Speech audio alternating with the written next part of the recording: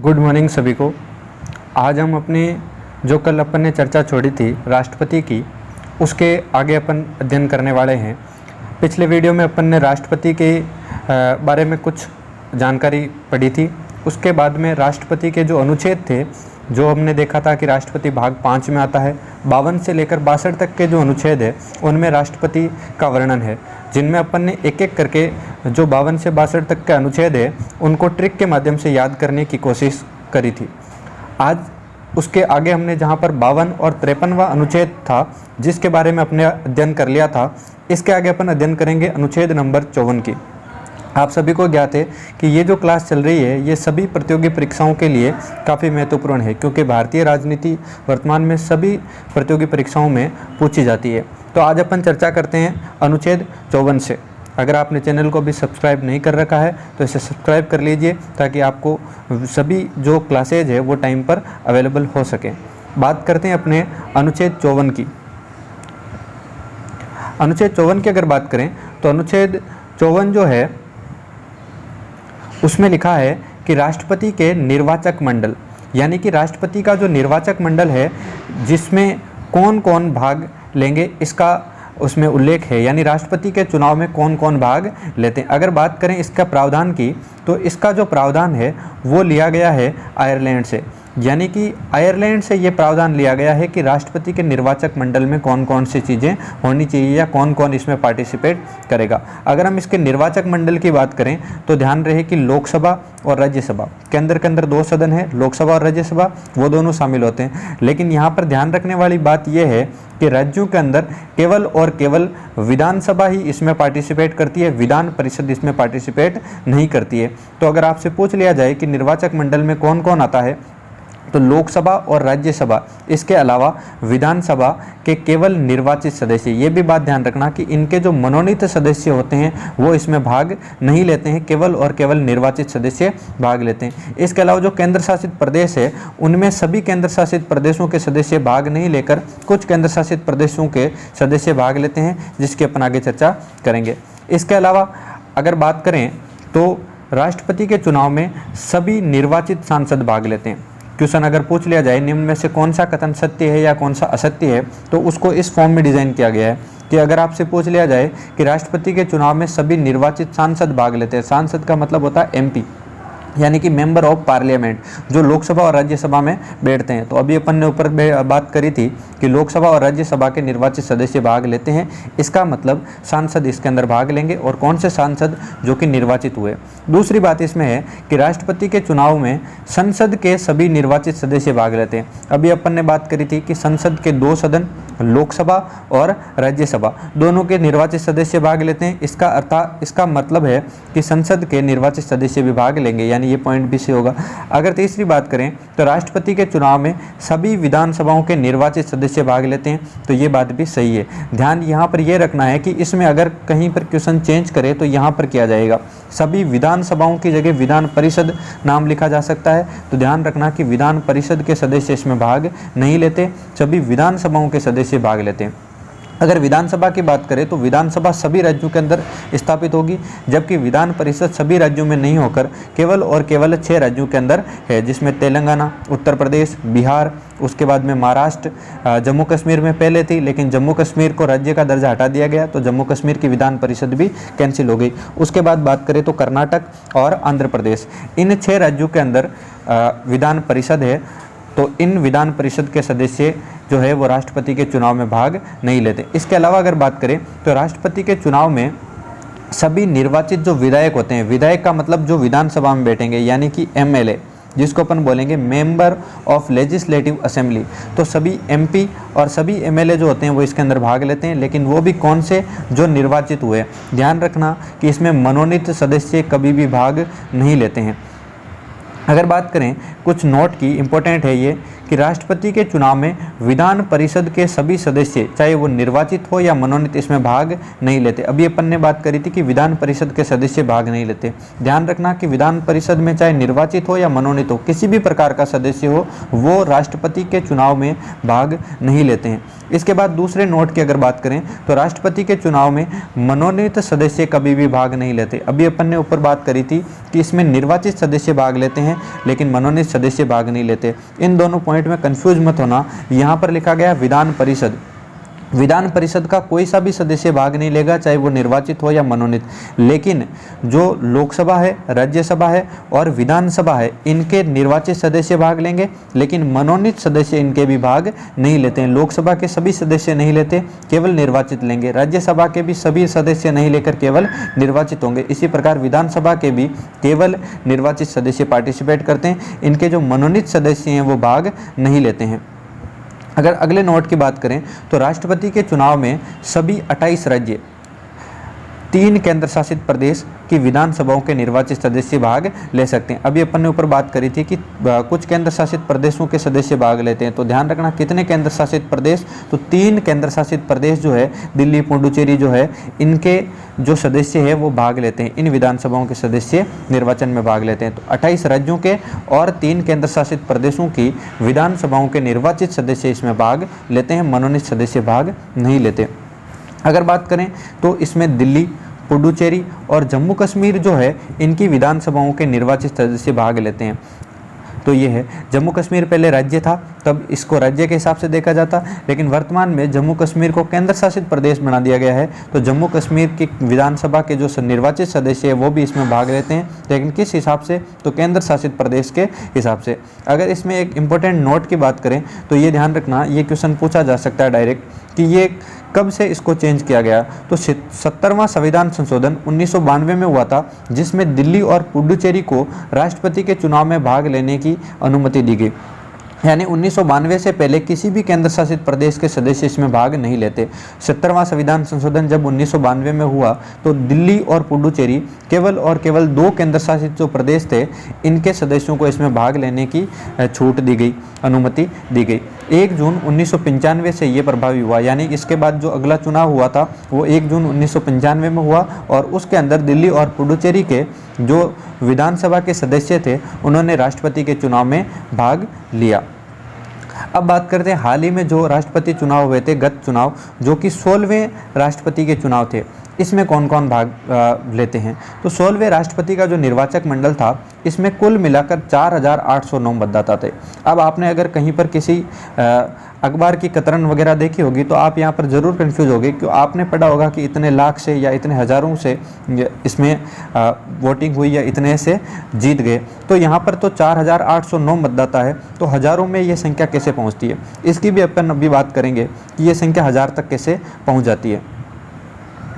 तो सबसे पहले कि ये संख्या कैसे होती है, तो इसमें अपन ने बात करी थी कि एमपी भाग लेते हैं और एमएलए भाग लेते हैं। तो क्या इसमें सभी एमएलए और सभी एमपी का वोट वैल्यू सेम होता है, तो ध्यान रखना कि ये सेम नहीं होता है। जो सांसद है इनका मत मूल्य अलग होता है और जो विधायक है इनका मत मूल्य अलग होता है। दूसरी बात, प्रत्येक राज्य के सांसद का मत मूल्य अलग होता है, उस राज्य की जनसंख्या के ऊपर ये चीज़ डिपेंड करता है। जिस राज्य में ज़्यादा सीटें होगी, जिस राज्य में ज़्यादा जनसंख्या होगी, उसका जो एमपी है, उसका जो एमएलए है, उसका मत मूल्य ज़्यादा होगा। जिन राज्यों की सीटें और संख्या कम है उनमें मत मूल्य भी कम होगा। ये मत मूल्य कैसे ज्ञात किया जाता है, इसकी भी अपन आगे चर्चा करेंगे। अगर बात करें इसके आगे तो लोकसभा के निर्वाचित सदस्य 543 है, राज्यसभा के निर्वाचित सदस्य 233 होते हैं। इन दोनों को मिलाएं तो कुल निर्वाचित जो सांसद है वो हो गए 776, यानी कुल मिलाकर एमपी इसमें कितने हो गए, 776 एमपी हो गए। 28 राज्य और 2 केंद्र शासित प्रदेश यानी दिल्ली और पुडुचेरी के सभी निर्वाचक विधायकों को मिलाएं तो ये होते हैं 4033, यानी 28 राज्य और दिल्ली पुडुचेरी केंद्र शासित प्रदेशों के जो एमएलए है इनको अगर काउंट करें तो वो होते हैं 4033। अब ध्यान से देखो, यहाँ पर अगर 4033 में 776 जोड़ें तो ये जो संख्या है वो पहुँचती है 4809 के आसपास। जम्मू कश्मीर को जो विधानसभा है उसके भंग होने के कारण जो जम्मू कश्मीर है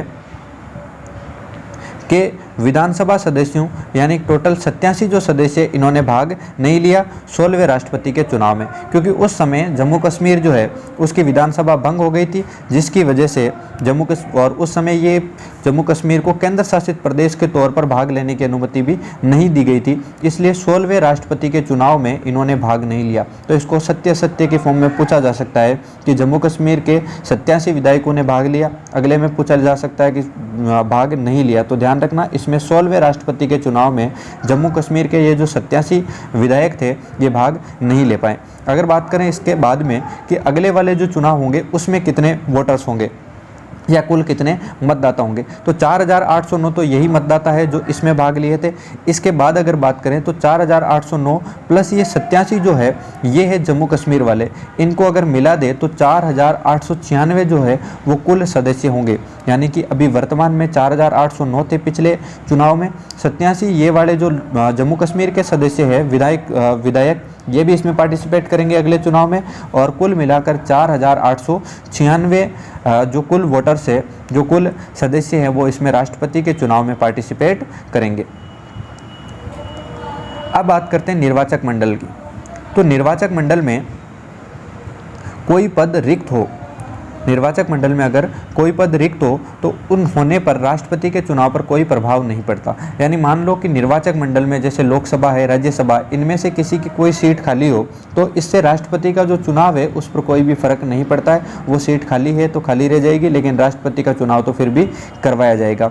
दूसरे नोट की अगर बात करें तो राष्ट्रपति के निर्वाचक मंडल में शामिल जो सांसद है यानी कि एमपी और जो विधायक है एमएलए अपने वोट का प्रयोग कर भी सकते हैं और नहीं भी। यानी अगर इनमें से कोई एमएलए या एमपी अगर अपनी मर्जी से वोट नहीं देना चाहे तो वो अपने मत का प्रयोग नहीं करे, ये इसकी इच्छा पर डिपेंड करता है। यानी वो वोट करना चाहे या नहीं करना चाहे ये पूर्णतः उसकी इच्छा पर डिपेंड करेगा, निर्भर करेगा, उनको बाध्य नहीं किया जा सकता।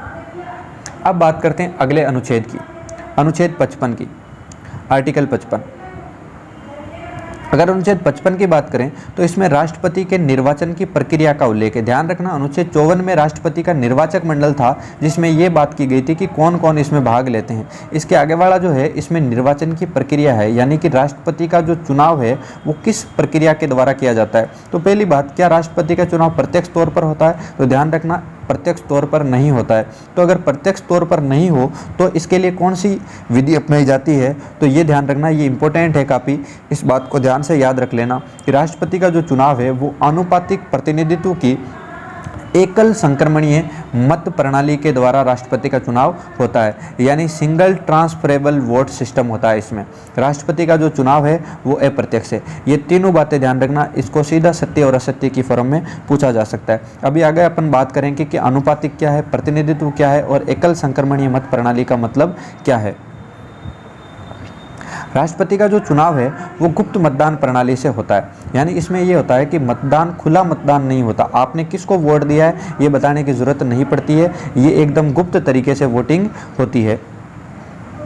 अब इसमें है कि राष्ट्रपति को अगर चुनाव जीतना है तो उसमें कुल कितनी सीटें उसको चाहिए या न्यूनतम कोटा क्या है। तो ध्यान रखना, जो 50% है, 50% का मतलब आधे वोट, आधे वोटों से एक वोट ज़्यादा जिसको मिल जाएगा वो इसमें राष्ट्रपति बन जाएगा। अगर मान लो पहली बार के अंदर राष्ट्रपति को 50% से एक वोट ज़्यादा से वोट नहीं मिलते हैं तो इसमें द्वितीय जो चरण है उसकी मतगणना की जाती है।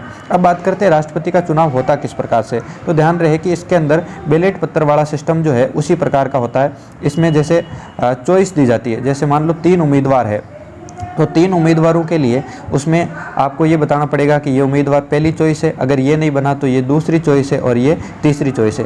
यानी आप तीनों को वोट देंगे, आप किसी एक को वोट नहीं करोगे, आप तीनों को वोट करोगे, पहले वाले को भी करोगे, दूसरे को भी करोगे और तीसरे को भी। आपकी इच्छा पर डिपेंड करता है कि आपकी पहली चॉइस कौन है, अगर वो नहीं बनता तो फिर आपकी दूसरी चॉइस कौन है, अगर वो नहीं बनता तो फिर आपकी तीसरी चॉइस कौन है। जितने भी मतदान जो इसमें उम्मीदवार खड़े होंगे प्रत्येक को आप अपना वोट डालोगे अपनी पसंद के अनुसार कि ये पहली पसंद है, ये दूसरी पसंद, ये तीसरी पसंद और ये चौथी पसंद। तो जितने भी उम्मीदवार है सभी को वोट डाला जाएगा। अगर मान लो पहली मतगणना के अंदर किसी को 50% से ज़्यादा वोट नहीं मिलते हैं तो फिर द्वितीय चरण की मतगणना होती है जिसमें यह देखा जाता है कि कौन सा उम्मीदवार जिसके सबसे ज़्यादा, जिसको सबसे कम मिलते हैं उसको पहले ही बाहर निकाल दिया जाता है। द्वितीय चरण की मतगणना में फिर ये देखा जाता है कि किसको सेकंड जो पसंद है वो सबसे ज़्यादा मिली है, तो जिसको दूसरी पसंद फिर सबसे ज़्यादा मिली जाएगी, उसके हिसाब से उसके 50% से ज़्यादा अंक काउंट कर लिए जाएंगे।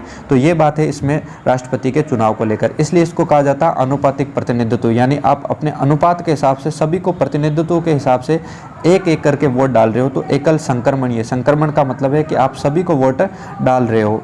अब इसमें न्यूनतम अगर कोटे की बात करें तो सांसदों का जो कुल मत मूल्य है उनका योग प्लस विधायकों के कुल मत मूल्य का योग, उसमें 2 का भाग दोगे और उसमें +1 कर दोगे, तो ये न्यूनतम जो कोटा है वो आपके सामने आ जाएगा। अगर इसकी अगर अपन बात करें तो इसमें जो सांसदों के मत मूल्य का योग है वो है 5,43,200। जो विधायक है उनके मत मूल्य का योग है 5,43,231। इसमें 2 का भाग देंगे और 1 जोड़ेंगे तो ये होगा 5,43,216। अब आप कहोगे ये आंकड़े कहाँ से आए, तो अभी अपन बात करेंगे कि एक सांसद का मत मूल्य क्या है, एक विधायक का मत मूल्य क्या है। इसी प्रकार जो प्रत्येक राज्य है उसके निकाले जा सकते हैं। जब सभी राज्यों के सांसदों का मत मूल्य निकाल कर उनका योग करेंगे तो लास्ट जो आंकड़े मिलेंगे वो 5,43,200 मिलेगा। आपको ये आंकड़े याद नहीं रखने हैं, आपको बस ये ध्यान रखना है कि 50% से 1 वोट ज़्यादा मिलने वाला जो होगा उसी को मान लिया जाएगा। तो न्यूनतम कोटा अगर पूछे तो ध्यान रखना 50% से 1 वोट ज़्यादा, 1% नहीं 1 वोट। अब बात करते हैं एक इंपॉर्टेंट नोट की। वीवी गिरी जो है वो एकमात्र ऐसे राष्ट्रपति थे जो द्वितीय चक्र की मतगणना में विजेता घोषित थे। यानी हालांकि ऐसा होता है कि पहली बार की जो मतगणना है, पहली बार जब गिनती करते हैं तभी विजेता मिल जाता है, लेकिन वीवी गिरी जो है वो पहले ऐसे राष्ट्रपति बने जो दूसरे चक्र की मतगणना में विजेता घोषित हुए। तो ये भी कभी पूछ लिया जा सकता है, सवाल काफ़ी महत्वपूर्ण है कि ऐसे कौन से राष्ट्रपति थे जो द्वितीय चक्र की मतगणना में विजेता घोषित हुए। या जब सत्य असत्य के प्रश्न पूछे जाए उसमें द्वितीय की जगह प्रथम, तृतीय कुछ भी किया जा सकता है, तो इसके साथ छेड़छाड़ करके भी प्रश्न पूछा जा सकता है। या फिर वीवी गिरी की जगह किसी और का नाम रख के भी इस क्वेश्चन को पूछ लिया जा सकता है। तो ध्यान रखना वीवी गिरी वो नाम है जो दूसरे चक्र की मतगणना में विजेता होते हैं। अब बात करते हैं विधायक के मत मूल्य की, ये कैसे निकाला जाता है। तो उस राज्य की जो जनसंख्या है, उस राज्य की जनसंख्या में उस राज्य की विधानसभा के जो जितने निर्वाचित सदस्य होते हैं उनकी संख्या का भाग देते हैं और फिर उसको गुणा 1/1000 से कर दिया जाता है। ये ध्यान रखना, ये जनगणना जो है, ये जो जनसंख्या है, ये लेटेस्ट जनगणना नहीं होकर 1971 की जो जनगणना है उसके हिसाब से ये आंकड़े लिए जाते हैं। 1971 की जनसंख्या में जो जनगणना है उसमें वर्तमान में कितने विधायक निर्वाचित होते हैं उसका भाग दिया जाता है और फिर उसको 1/1000 से गुणा कर दिया जाता है, जिससे एक विधायक का मत मूल्य उस राज्य का मिल जाता है। जैसे राजस्थान की अगर बात करें तो राजस्थान का निकालना हो तो राजस्थान की 1971 में जो जनसंख्या थी उसको ऊपर रखेंगे और राजस्थान के अंदर विधानसभा में 200 सीटें हैं तो बट्टे में 200 और गुणा कर देंगे 1/1000। जब हम इसको सरल करेंगे तो राजस्थान के एक विधायक का जो मत मूल्य है वो मिलेगा 129। यानी कि राजस्थान का अगर एमएलए 1 वोट डालता है तो उसके वोटों की गिनती होगी 129। यानी 1 वोट का मतलब है 129 वोट राजस्थान के जो एमपी है, एमएलए है, उसने डाल दिया। अगर आपसे ये क्वेश्चन पूछ लिया जाए कि राजस्थान के विधायक का मत मूल्य कौन से दूसरे राज्य के विधायक के मत मूल्य के बराबर है, तो ध्यान रखना राजस्थान और छत्तीसगढ़, इन दोनों के विधायकों के मत मूल्य दोनों बराबर है। यानी छत्तीसगढ़ का जो विधायक है उसका मत मूल्य भी होगा 129। तो ये भी काफ़ी महत्वपूर्ण बात है कि राजस्थान और छत्तीसगढ़ के जो एमएलए है, जो विधायक है, इनका मत मूल्य समान है। अब बात करते हैं उत्तर प्रदेश की।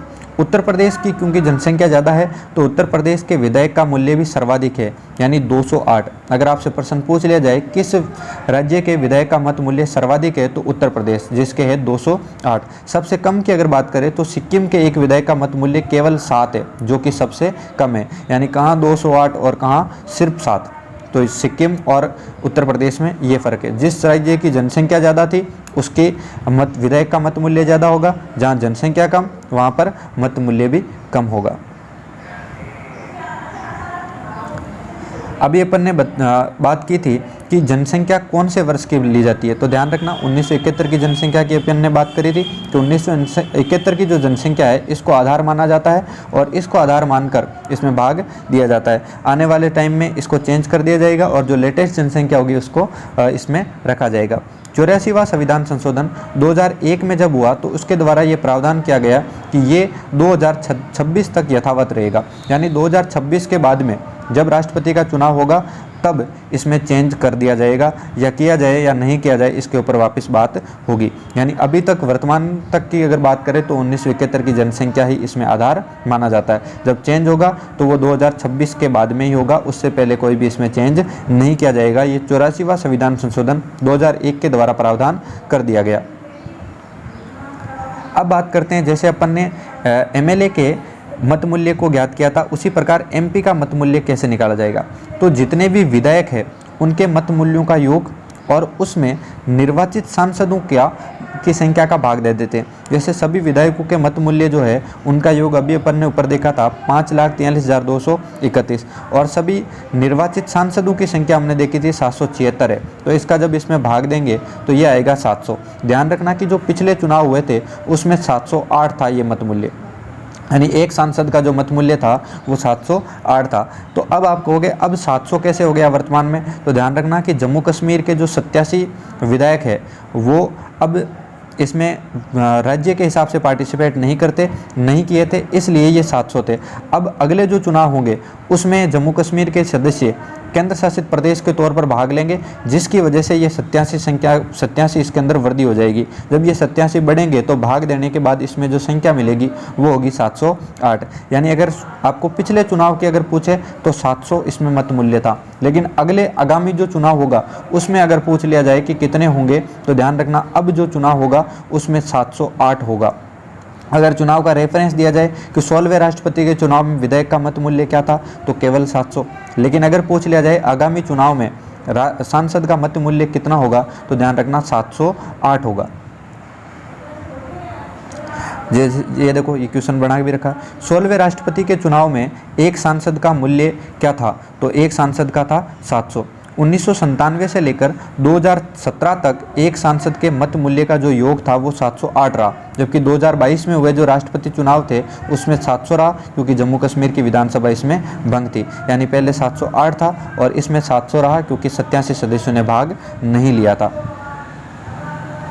अब सवाल ये बनता है कि राष्ट्रपति के वोटर तो अपन ने देख लिए, लेकिन राष्ट्रपति में जो उम्मीदवार होगा वो कौन कौन हो सकता है। आप उम्मीदवार हो सकते हो या नहीं हो सकते हो, इसके ऊपर बात करते हैं। तो अगर कोई भी व्यक्ति राष्ट्रपति के चुनाव में उम्मीदवार बनना चाहे तो उसको क्या क्या चीज़ें उसके पास होनी चाहिए। सबसे पहले उसके पास 50 तो होने चाहिए प्रस्तावक और 50 उसके अनुमोदक होने चाहिए। यानी 50 ऐसे व्यक्ति होंगे जो उसके प्रस्ताव को आगे लेके जाए और 50 सदस्य ऐसे होंगे जो उसके प्रस्ताव का अनुमोदन करे, उसके प्रस्ताव का समर्थन करे। तो ये उसके पास सबसे पहली चीज़ होनी चाहिए। यानी 50 प्रस्तावक और 50 अनुमोदकों के साथ में राष्ट्रपति अपने चुनाव के अंदर भाग लेता है।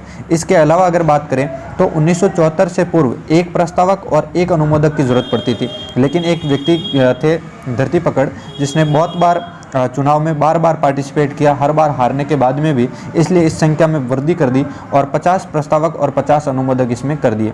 यानी ये क्या है कि भीड़ कम करने के लिए किया गया कि जो ज़्यादातर सदस्य होते थे, उम्मीदवार जो होते उनके पास प्रस्तावक और अनुमोदक जैसी या उनके पास ना सपोर्ट सिस्टम होता था कुछ भी, लेकिन केवल और केवल चुनाव में भाग लेने के लिए, नाम के लिए वो चुनाव में भाग ले लेते। तो इसलिए ये 50 प्रस्तावक और 50 अनुमोदक इसमें शर्त रखी गई। 1974 से पहले केवल एक प्रस्तावक और एक अनुमोदक ही हुआ करता था।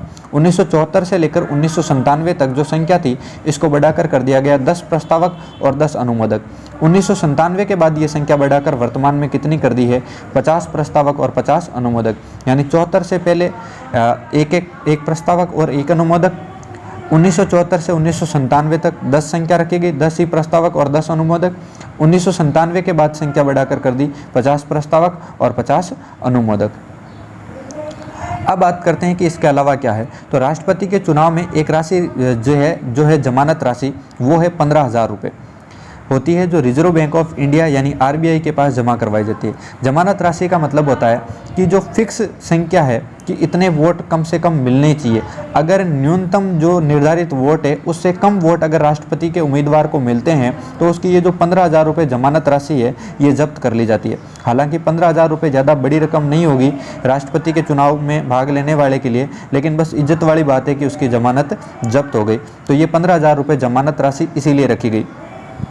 अगर बात करें 1997 से पहले, तो जो अभी वर्तमान में 15,000 रुपये है, ये उस समय केवल और केवल 2500 रुपये हुआ करते थे। 1997 में इसकी संख्या बढ़ाकर कितनी कर दी, 15,000 रुपये कर दी गई।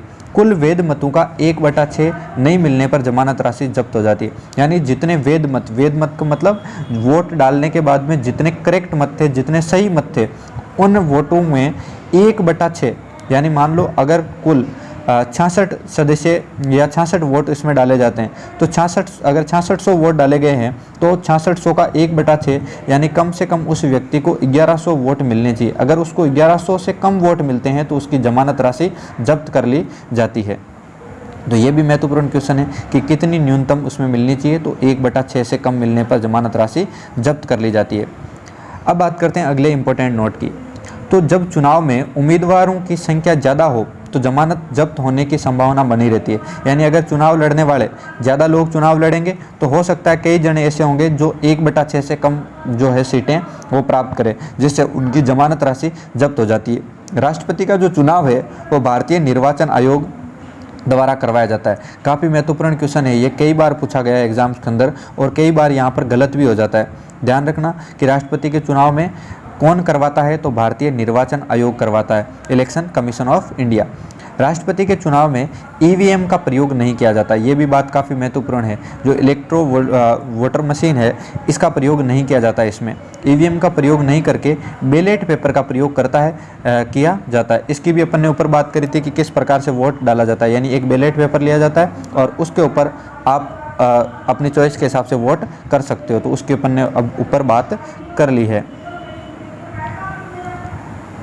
अब अगर बात करें, यदि कोई मतदाता प्रथम वरीयता क्रमांक नहीं भर पाता तो उसका वोट अवैध या खारिज हो जाता है। यानी अगर कोई वोट देने वाला जो व्यक्ति है वो मान लो पहली चॉइस ही नहीं भर पाता, जैसे ये 3 चॉइस है, मान लो 3 उम्मीदवार खड़े हुए, तो अभी अपन ने बात करी थी 3 चॉइस की, तो अगर 3 में से मान लो उसने दूसरी और तीसरी चॉइस भर दी लेकिन अपनी प्रथम चॉइस नहीं भर पाया, तो प्रथम चॉइस नहीं भरने पर उसका वोट जो है वो खारिज हो जाएगा, अवैध हो जाएगा। राष्ट्रपति चुनाव में कोई भी पार्टी व्हीप यानी कि राजनीतिक जो दिशा निर्देश होते हैं उनको बोलते हैं व्हीप, जारी नहीं कर सकती।